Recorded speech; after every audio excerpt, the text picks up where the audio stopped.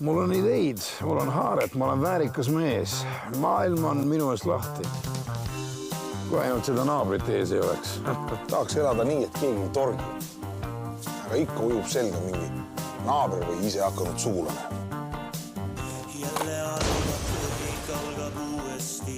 Mul on hea mees. Lapsed on tublid, kodu meeldib. Ainult õe perest ei ole midagi rääkida. Hoopis minul on hea mees ja tubli kodu. Ja oma õest ma võiks väga palju rääkida. 2 tütart mul ainult ongi. Üks oskab elada, teine mitte. Aga küll mina juba aitan.